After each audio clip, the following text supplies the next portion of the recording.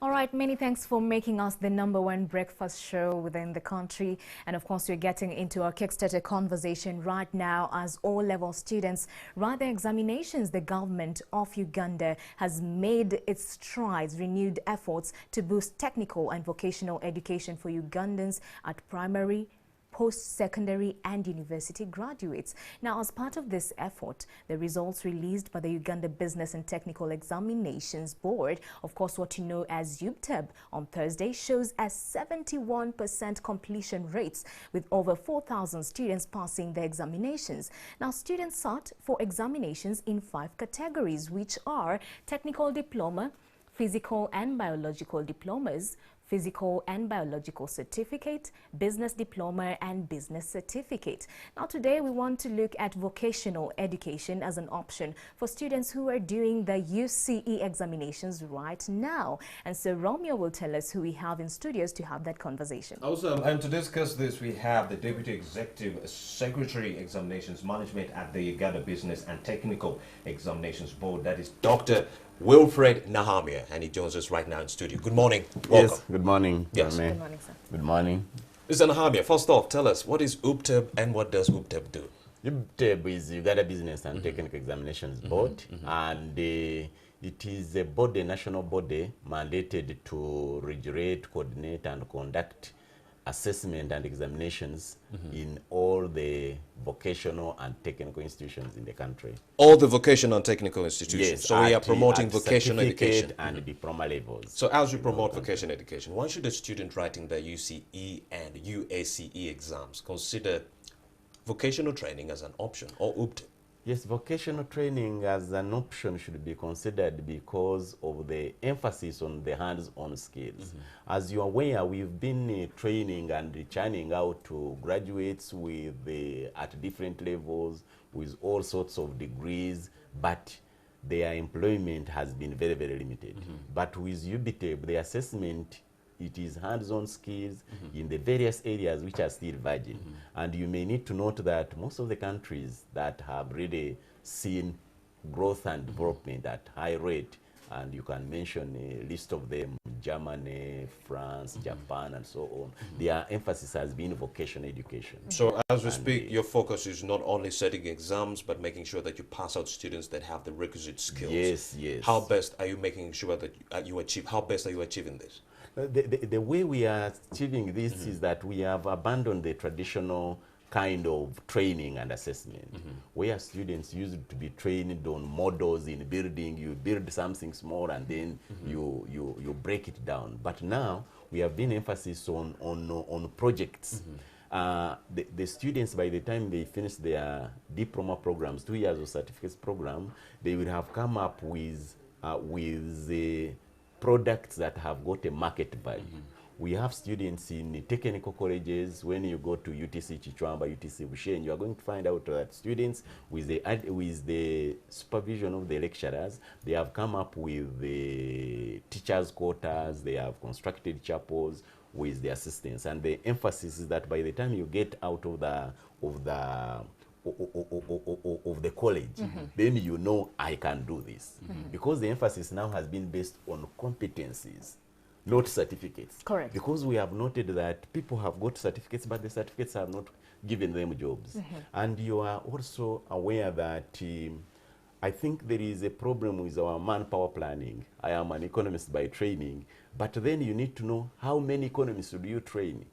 At any one time, you can have maybe one or 30 district planners, and there you are limited until either others die or get out. You will only remain with 130 district planners. The employment placement will not expand. But like when you look at certain areas in plumbing, where water has even gone now deep in the rural areas, you find every house needs a service. Right. And if you take your example of you can start from your sitting room. You go to the bedroom, you go to the kitchen, you go wherever around the house. You need a person who has been trained at that level of technician. In whatever you can think about, the carpentry, the wardrobes, the bedrooms, the roofing, and so on. So the expansion in terms of employment is diverse. You know, Doctor, you've mentioned something that is very critical. We're here saying that after O-level, it's not enough for you to just wait for a university placement, for you to pursue that which you want. It's critical for you to have hands-on skills. But what you say is very critical, because how then do I know that the skill I want to go to undertake at UPTEP is actually marketable? There's actually a job after that. Do we say that maybe UPTEP takes the students through that reality that, hey, you want to really take this course, but the need in the market is this scarce. Hey, how about you know, think of this other option that has, you know, direct assimilation, so to speak, in the market? Do you go into those details with your students? Increasingly, we have now put up a high-level marketing of BTVET as BTVET, and even as a Ministry of Education and Sports, they have got support in skilling. And you may be aware they have Cabinet recently approved a TVET policy. Correct. And among the ingredients, there has been a deliberate effort to market, to publicize BTVET, and it should start right away from the teachers, right away from primary, to like hands-on skills, so that it should not be looked at as these are jobs for dirty people and so on and so forth. You know, the emphasis should be there. And but most important, there is also need to abandon that traditional bias. That traditional bias that I only need to get a job where I have to put on a tie and so on. White-collar job. Yes. You need to move in a way that I need the job that is going to bring food on table. Because not the certificate, Right. which But I will hold with. Doctor, do you go a step further? Now you're having maybe, for example, Intake X. Do you go through that, you know, level or stage whereby you tell them that, hey, these are the most marketable courses in terms of skilling? Do you give them that reality? Yes, we have given them that reality, and even as a country, you may note that now yearly we are organizing exhibitions, national exhibitions, which aim at to bring even people to showcase what they have done and what they can do, to just abandon that traditional bias of saying, no, these are jobs for dirty people and so on. Okay. So, Mr. Nahamia, despite the various interventions to ensure higher enrollment for our students in schools, there are still high numbers of people dropping out of school, especially in rural areas. Do you have any kind of outreach programs to reach out to the people, especially the young people right there in the rural areas, to give them the skills to help them navigate life? Yes, we have encouraged the process to start in what in some countries called pre-vocational. And the pre-vocational aims at capturing even those students that may have dropped along the way for various reasons. Some of the reasons could be genuine, and they have dropped. So there has been emphasis on short-term courses, which can again aim at making such dropouts earn a living. And of course you can get people to know to some level of welding. They may not go into deep knowing the science of welding, knowing the science of timber and so on, but at least they will do some work in welding, in even in agriculture areas, in baking, because somebody would earn a living by baking some cakes, and that is very, very important. But also there has been a revision of the curriculum for secondary, lower level. Yes. And if you get to the details of that curriculum, they have put some modules which are like technology, like entrepreneurship. Those modules are meant that even if I have studied up to senior 2 and I have dropped out, by the end of senior 2 there will be assessment, and that assessment can make you earn a living. For us who studied in the 90s, a number of schools, the good traditional schools, used to have some kind of vocational components within the secondary school. Indeed. So that you get, by the time you have finished senior 4, but there is you've done something in home economics, you've done something in woodwork, and that woodwork was meant that if you don't use the general education, you don't continue with the general education and drop, you can still earn a living. But then we Right. realized later on that woodwork and technical drawing were almost dropped from some of the traditional school curriculums right there. Yes. And you still taking that on with UPTEP? Yes, UPTEP, of course, we are taking all that on, and the aim is to make sure that all all Ugandans. Because it is really not contested world over that it is an area, vocational education and training, it is an area where a bigger employment placement can be achieved. Okay. Yes. Doctor, I want us to look at the coursework. You say that there's certificate and also diploma. Yes. Certificate takes how long? 2 years. 2 years. Diploma? Also 2 years. Also 2 years. Yes. Now the question will be for many, of course, O-level leavers or graduates will be, do I take 2 years in vocational training and then thereafter still go to university, which will take another 4 extra years?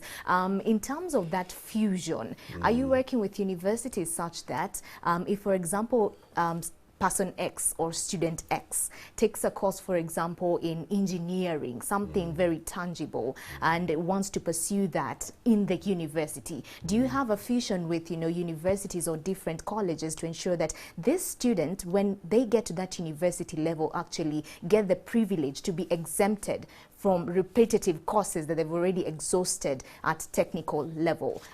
Does that happen, or Yes, do they have to repeat the same again? Yes, that one happens because maybe for information again, in BTVET training and assessment, after P7 you can join community polytechnics, which take you 3 years.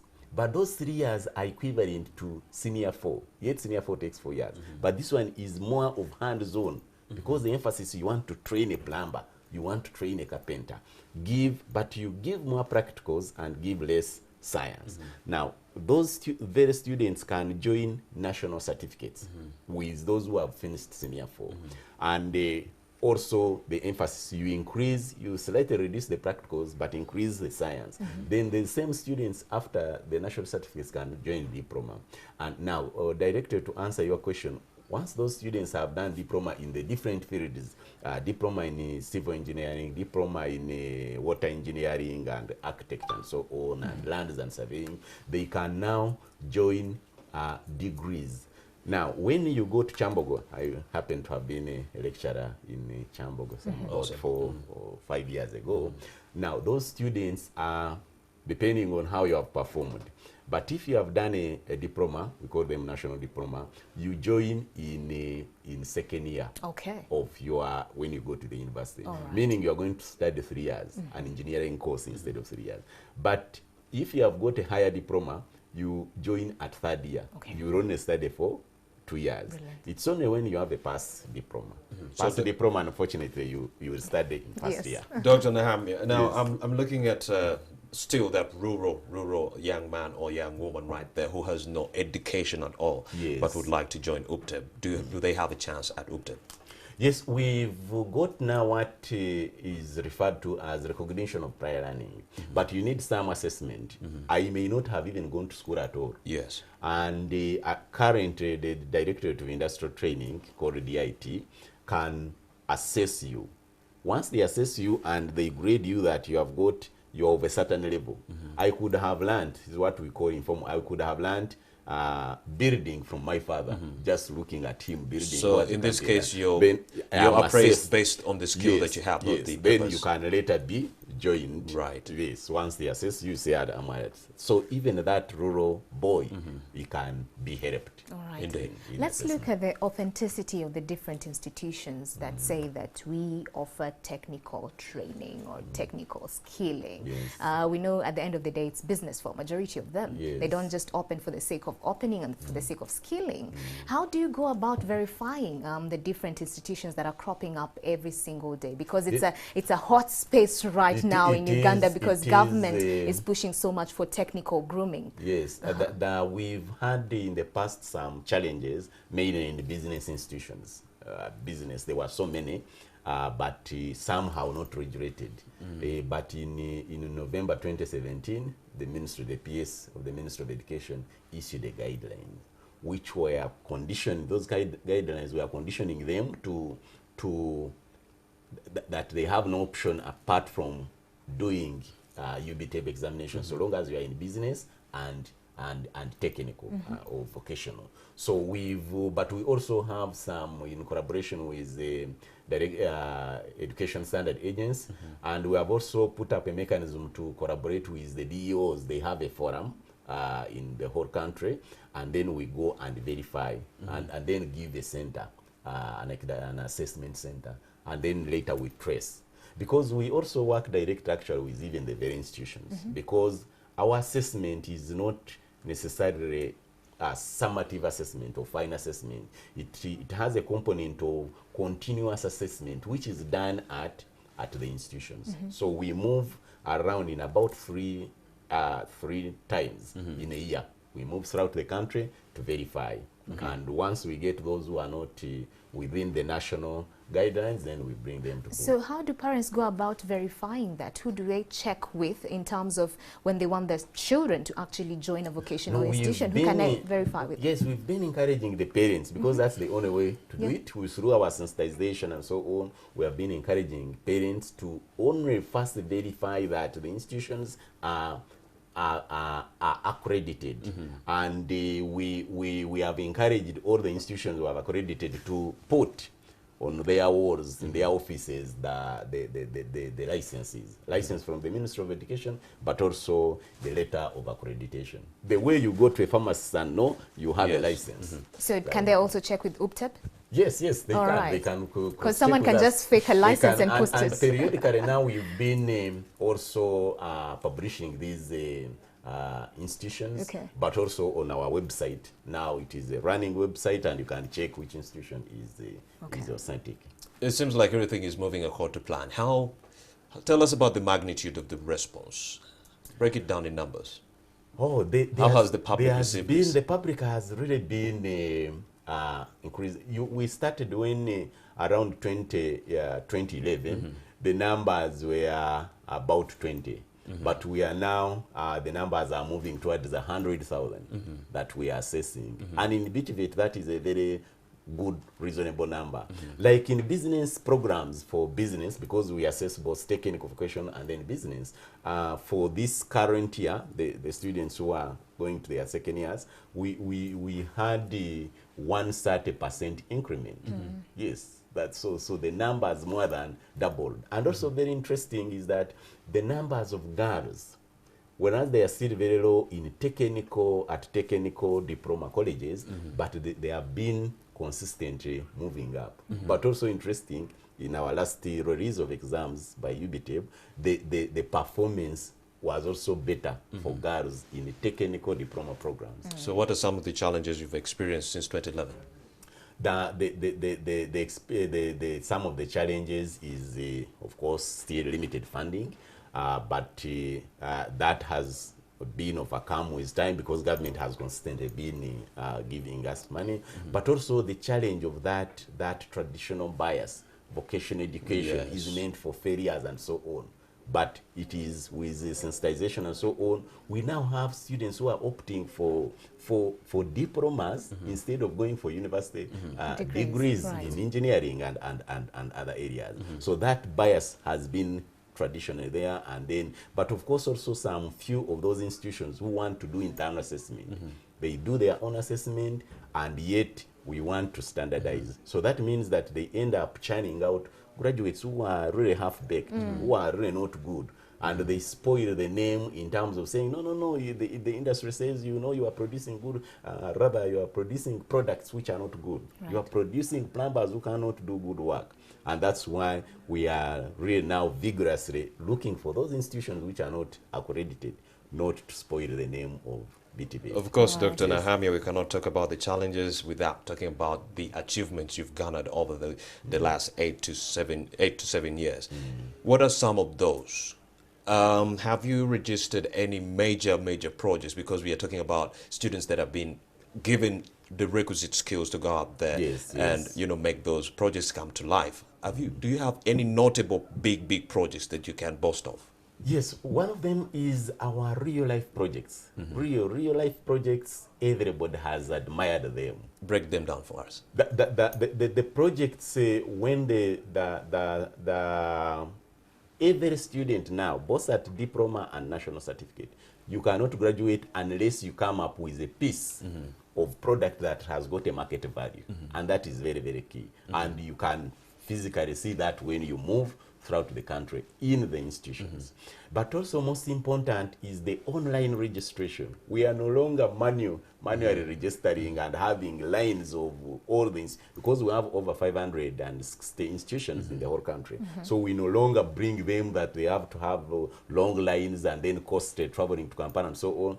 They can now register on their desks, and then we capture, and that really has tremendously improved the way we process. We can now, as we release the results, we print out transcripts. Right. So long, and to us that is major. But the other most important is also that the numbers of students that are coming for assessment has always been moving up. Right, Also and of course you emphasis. did talk of an increment of 130%, Yes, which is amazing. But now I want us to look critically at the future of, vocational training within the country. Of course, with a keen focus on the, admission rates at UPTEP, so to speak, kind of courses.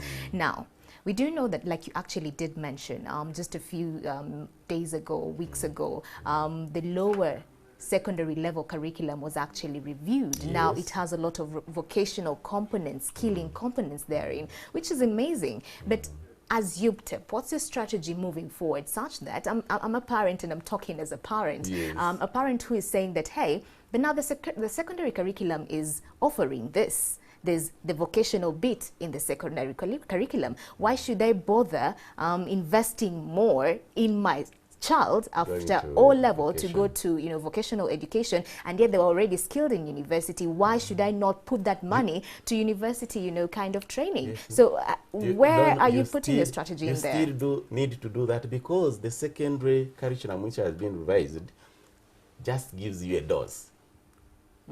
It gives you a dose of some little, in case you are about to become a failure. It is just a fallback position, but you are actually not a real plumber. You are not a real welder. Right. You will weld but capture a smaller market, a market which is not really having very good, high quality product. Because the other one with the training and the assessment, it goes through vigorous. You need to know the science of the pipes in water. And that's why, like, when it comes to oil and gas, the precision levels, the way you are welding the pipe, you have to be precise. All right. So that is not enough. Okay. Dr. So you still Nahamia, need- I'm afraid we have to go, but then we cannot go without letting you blow your own trumpet. Tell us about the recent results. Minister Chrysostom Muyingo did applaud you, saying there's been some marked improvement. What does that mean for UPTEP? Now, it means a lot, because our recently released exams, the emphasis has been now on competencies, on the competencies in terms of the way we have gone on improving on our systems, on our structures, on emphasizing hands-on. The hands-on has it all, because it is hands-on training, hands-on assessment. So and that would, as we wrap up, what is the future of vocational training in Uganda? the future of vocational training is really good, because government and funders have put a lot of effort in vocational training. And very soon they are going to pass out the TVET policy. Rather, TVET policy has been approved. The TVET Council is in the offing. Right. And the future will be bright for vocational and education. Indeed, indeed. Thank you so much, Dr. Wilfred Nahamia, for coming through. We now do understand. So parents, vocational training is still critical, as much as government has done its bit in ensuring that there's that review in the lower level secondary curriculum to ensure that our students do have hands-on skilling with regards to the same. So keep your views coming. #morning@NTV. You can also tag us directly at Malaki Vilodera and at Romeo Busiku across all the social media platforms. We're taking a short commercial break. We have to pay our bills, but we'll be right back with so much more. Stay with us.